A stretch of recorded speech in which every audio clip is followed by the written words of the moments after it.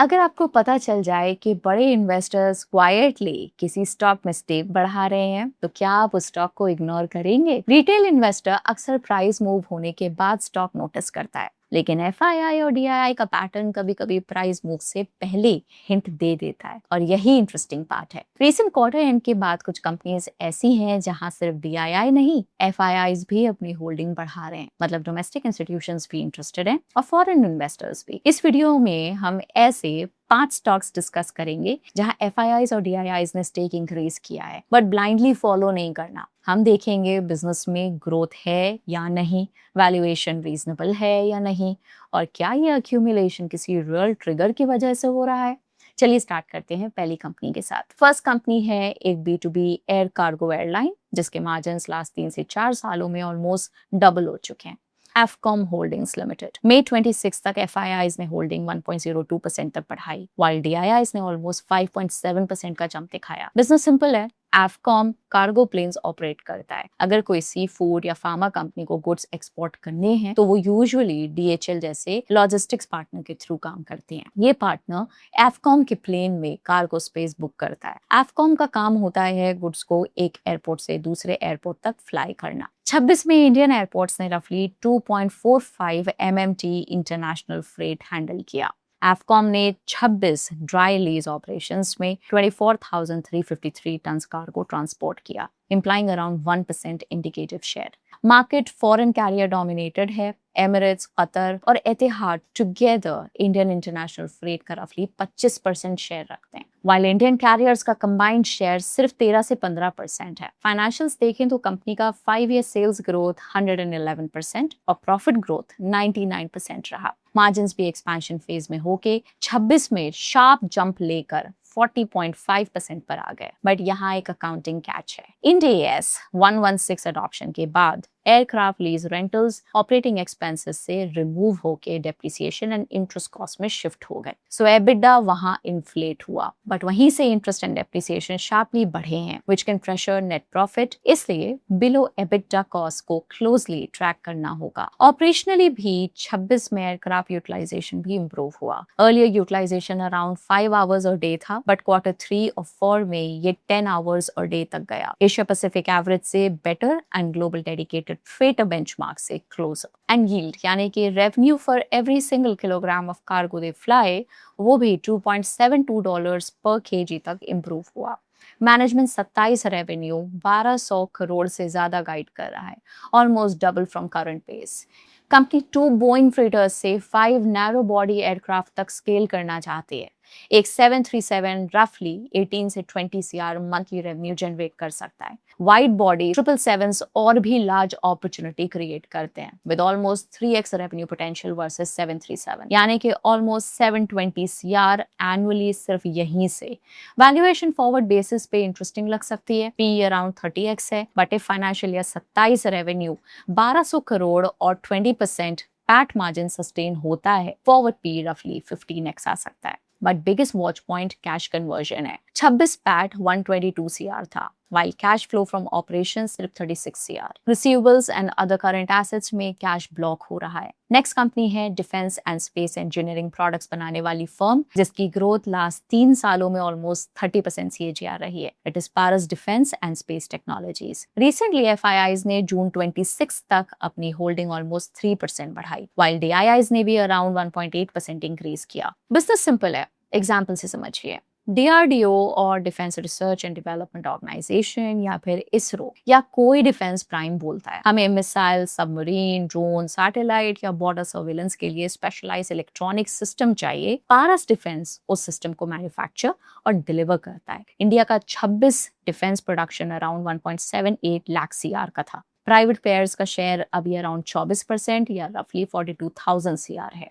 अगर 29 तक defence production 3 lakh CR होता है एज प्लान्ड, तो private defence pool 1.5 lakh CR हो सकता है। करंट साइज का रफली 4x। पारस डिफेंस अभी इंडस्ट्री के कंपैरिजन में छोटा है, रफली 1.1% of the current private sector defence pool. Financials देखें तो 3 year sales growth higher end पे 29% और प्रॉफिट ग्रोथ 34% रही। बट मार्जिन्स वॉलेटाइल हैं, क्योंकि बिजनेस टेंडर बेस्ड है, कॉन्ट्रैक्ट मिक्स चेंज होता है, तो प्रॉफिटेबिलिटी भी क्वार्टर टू क्वार्टर मूव करती है। नेट मार्जिन इंप्रूव हुआ है partly because interest cost reduce हुई, बट एक कैच है। 26 में अदर इनकम नेट प्रॉफिट का अराउंड 18% था, मेनली फाइनेंशियल इंस्ट्रूमेंट गेन्स की वजह से। ऑल्दो इनकंसिस्टेंट, बट प्रॉफिट को नॉन ऑपरेटिंग इनकम भी सपोर्ट कर रही है एंड इसको ट्रैक करना जरूरी है। पर working capital biggest watch point है। डिफेंस कॉन्ट्रैक्ट्स में government customers, long approval cycles और रिटेंशन मनी की वजह से रिसीवेबल्स हाई रहते हैं। लास्ट 4 years में ट्रेड रिसीवेबल्स सेल्स से फास्टर अराउंड 43% CAGR ग्रो हुए। रिसीवेबल्स ड्यू ओवर 6 months 25 में ऑलमोस्ट डबल हो गए और सेल्स के कंपैरिजन में भी इनका शेयर इंक्रीज हुआ। 26 ब्रेकअप अभी अवेलेबल नहीं है, सो एजिंग रिसीवेबल्स का ट्रेंड क्लोजली ट्रैक करना होगा। रिसीवेबल्स बढ़ने का impact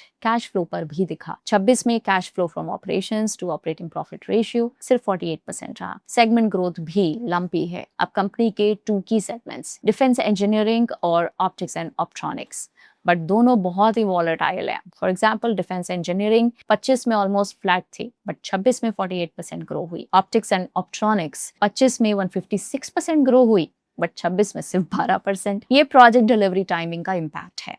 so business highly order dependent and working capital intensive है, जिसे क्लोजली ट्रैक करना होगा। अब 26 एंड तक पारस डिफेंस का ऑर्डर बुक 986 CR था। 26 रेवेन्यू का 2x प्लस। मैनेजमेंट 27 से 28 के लिए 30 से 40% रेवेन्यू ग्रोथ गाइड कर रही है, बट ऑर्डर बुक ट्रेंड को केयरफुली रीड करना होगा। 26 order book to sales ratio 2.07x रहा, लोअर देन 25, जो कंसर्निंग हो सकता है क्योंकि फ्रेश ऑर्डर एडिशन का पेस उतना स्ट्रॉन्ग नहीं है। सो नेक्स्ट फेज के लिए fresh order inflow, execution speed and receivable conversion को क्लोजली ट्रैक करना होगा। वैल्यूएशन एक्सपेंसिव है। Paras Defense around 113x P and 70x EV by EBITDA पे ट्रेड करता है। Peers से प्रीमियम पर, while ROCE and ROE comparatively weaker हैं। Even 3-year profit growth के बेसिस पे PEG ratio around 3.37 है, which is not cheap. So valuation के साथ receivable cycle, order book conversion and fresh order inflow को closely track करना होगा।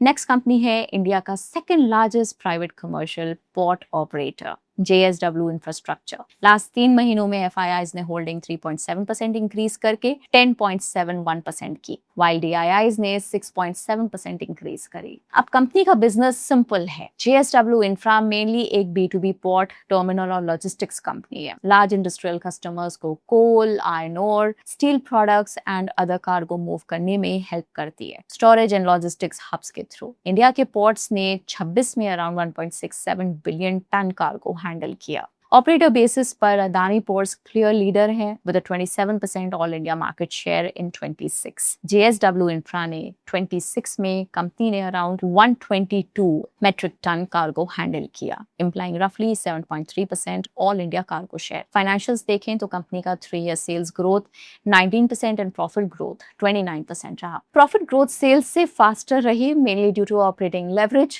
Supported by higher other income and lower interest cost. अब 26 में कार्गो वॉल्यूम सिर्फ 4% grow हुई, बट सेल्स ग्रोथ ऑलमोस्ट 20% रही। This means company per tonne ज्यादा revenue generate कर रही है, helped by price hikes across terminals and INR depreciation too. Margins पे प्रेशर दिख रहा है, mainly because JSW infra logistics business में डाइवर्सिफाई कर रहा है, जहां मार्जिन्स यूजुअली 15% होते हैं, वाल कोर पोर्ट बिजनेस 53% तक मार्जिन जनरेट करता है, इसलिए ब्लेंडेड मार्जिन डाइल्यूट हो रहे हैं। नेट प्रॉफिट में भी वन ऑफ्स थे।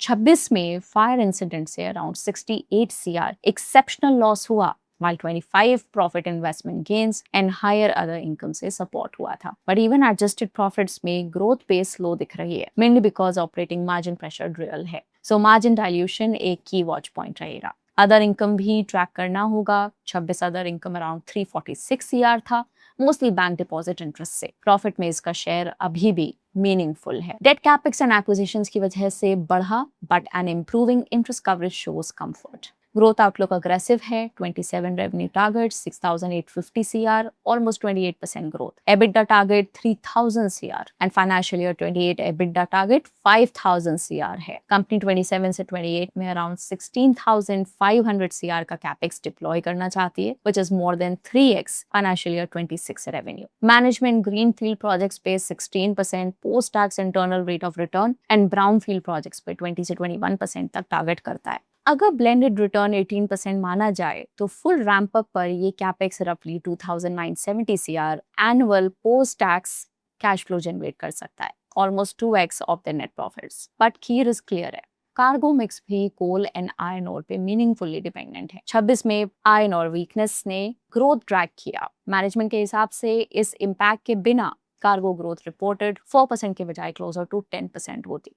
नेक्स्ट कंपनी है एक niche backward integrated API plus speciality chemicals manufacturer IOL chemicals and pharmaceuticals. June 26 तक प्रोमोटर्स ने होल्डिंग 62.28% तक बढ़ाई। FIIs ने भी ऑलमोस्ट 3% से स्टेक बढ़ाया with a minimal DII increase. Business simple है, ये कोई ब्रॉड फार्मा कंपनी नहीं है जो ब्रांडेड टैबलेट्स डायरेक्टली कस्टमर्स को सेल करती है। ये मेनली B2B इंग्रेडिएंट मैन्युफैक्चरर है। कंपनी APIs बनाती है जैसे कि आइबुप्रोफेन या पैरासिटामोल, साथ ही स्पेशलिटी केमिकल्स भी बनाती है like ethyl estate and others. Simple example, एक जेनेरिक फार्मा कंपनी को आइबुप्रोफेन टैबलेट्स लॉन्च करनी है बट एक्टिव इंग्रेडिएंट खुद मैन्युफैक्चर नहीं करना चाहती। IOL उस कंपनी को बल्क इंग्रेडिएंट सप्लाई करती है। इंडिया API मार्केट 2025 में अराउंड 1.32 लाख CR था एंड 2031 तक अराउंड 7.7% CAGR से ग्रो कर सकता है। कंपनी का रेवेन्यू बेसिस पे रफली 1.1% मार्केट शेयर है। अब last 3 year sales and profit growth दोनों अराउंड 2% रहे। अर्लियर ग्रोथ म्यूटेड थी because pricing pressure and weak demand दोनों ने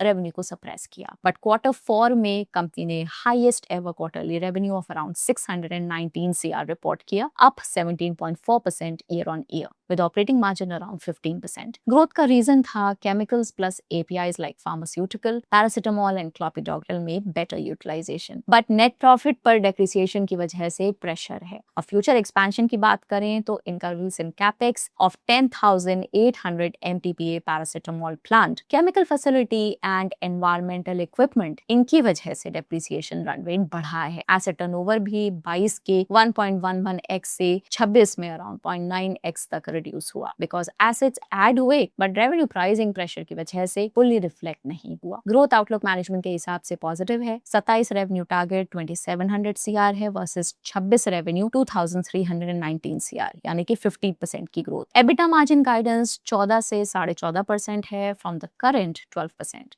बट क्रेडिबिलिटी एक वॉच पॉइंट है। पास्ट फ्यू क्वार्टर्स में company revenue and margin guidance consistently meet नहीं कर पाई। जैसे कि Q2 कॉल में मैनेजमेंट ने ओपनली एडमिट किया कि अर्लियर 13 से 15% एबिटा मार्जिन गाइडेंस मीट नहीं हुई। प्लस की risk pricing and product concentration का है। पैरासिटामोल के लिए कंपनी ने 10,800 MTPA प्लांट कमीशन किया बट ग्लोबल डिमांड और प्राइसेस वीक रहे जिसकी वजह से यूटिलाइजेशन इनिशियली लो था। आइबुप्रोफेन भी प्रेशर में है। ये कंपनी का हिस्टोरिकल कैश काउ रहा है but destocking and price erosion के चलते प्राइसेस अराउंड 9 से 10 US डॉलर रेंज में है। इथाइल एस्टेट में भी फिनिश गुड्स प्राइसेस वॉलेटाइल रहे। Biggest structural risk ibuprofen and ethyl acetate together 26 sales के अराउंड 68% कंट्रीब्यूट करते हैं, जो pricing pressure directly overall performance को इम्पैक्ट कर सकता है। फाइनल कंपनी एक B2B प्रिसिशन मैन्युफैक्चरिंग कंपनी है, उस इंडस्ट्री की जो कि लास्ट 5 सालों में इंडस्ट्री रफली 17% CAGR से ग्रो हुई है। क्राफ्ट्समैन ऑटोमेशन लिमिटेड जून 26 तक FIIs ने होल्डिंग अराउंड 2% से बढ़ाई। DIIs ने भी ऑलमोस्ट 4.6% का जंप दिखाया। बिजनेस सिंपल है, क्राफ्ट्समैन डायरेक्टली कार्स या ट्रक सेल नहीं करता, ये large OEMs and industrial customers के लिए क्रिटिकल पार्ट्स बनाते हैं, engine and power train components, aluminium castings and more. Indian auto component industry around 7.6 lakh CR की है एंड लास्ट 5 सालों में इंडस्ट्री रफली 17% CAGR से ग्रो हुई है। क्राफ्ट्समैन का 26 रेवेन्यू अराउंड 8,069 CR था, which is about 1.1% of the broad auto component industry, and ये 2030 तक अराउंड 19 लाख CR तक पहुंच सकता है, यानी कि ऑलमोस्ट 25% की ग्रोथ। फाइनेंशियल स्ट्रॉन्ग रहे हैं। कंपनी का 5 year sales growth 39% and profit growth 32% रहा है, बट मार्जिन्स में प्रेशर दिखा है। मार्जिन्स प्रेशर में है mainly due to expansion cost and acquisitions, Bhiwadi and Hosur में। एल्यूमिनियम सेगमेंट में रॉ मटेरियल पास थ्रू से रेवेन्यू इन्फ्लेट होता है बट प्रॉफिट प्रोपोर्शनेटली नहीं बढ़ा, सो मार्जिन परसेंटेज कंप्रेस होता है। डेट भी वॉच पॉइंट है। 26 में बोरोइंग्स 3,623 CR तक बढ़ गई, debt to equity 1.11x and interest coverage 2.73 3x तक गिरा है। सो लेवरेज को क्लोजली ट्रैक करना होगा। कैश फ्लो साइड पर भी प्रेशर है। Cash flow from operations to operating profit ratio 23 के 89% से 26 में 42% तक आ गया। रीजन है working capital blockage.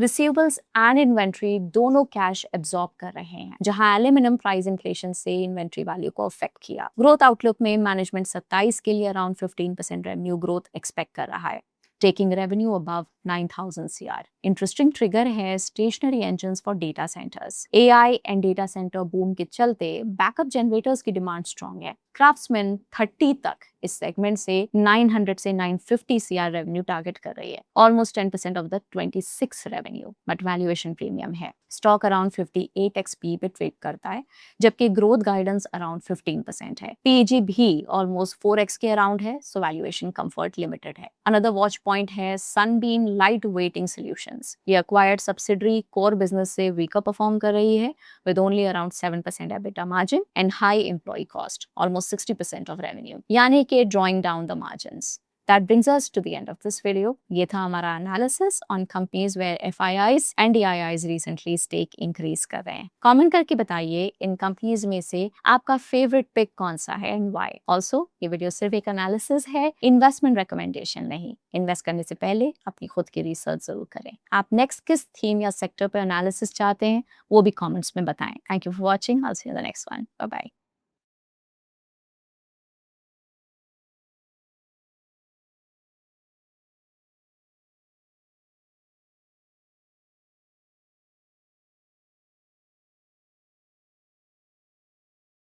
Investment in securities market are subject to market risks. Read all the related documents carefully before investing. Please read the risk disclosure documents carefully before investing in equity shares, derivatives, mutual fund, and or other instruments traded on the stock exchanges.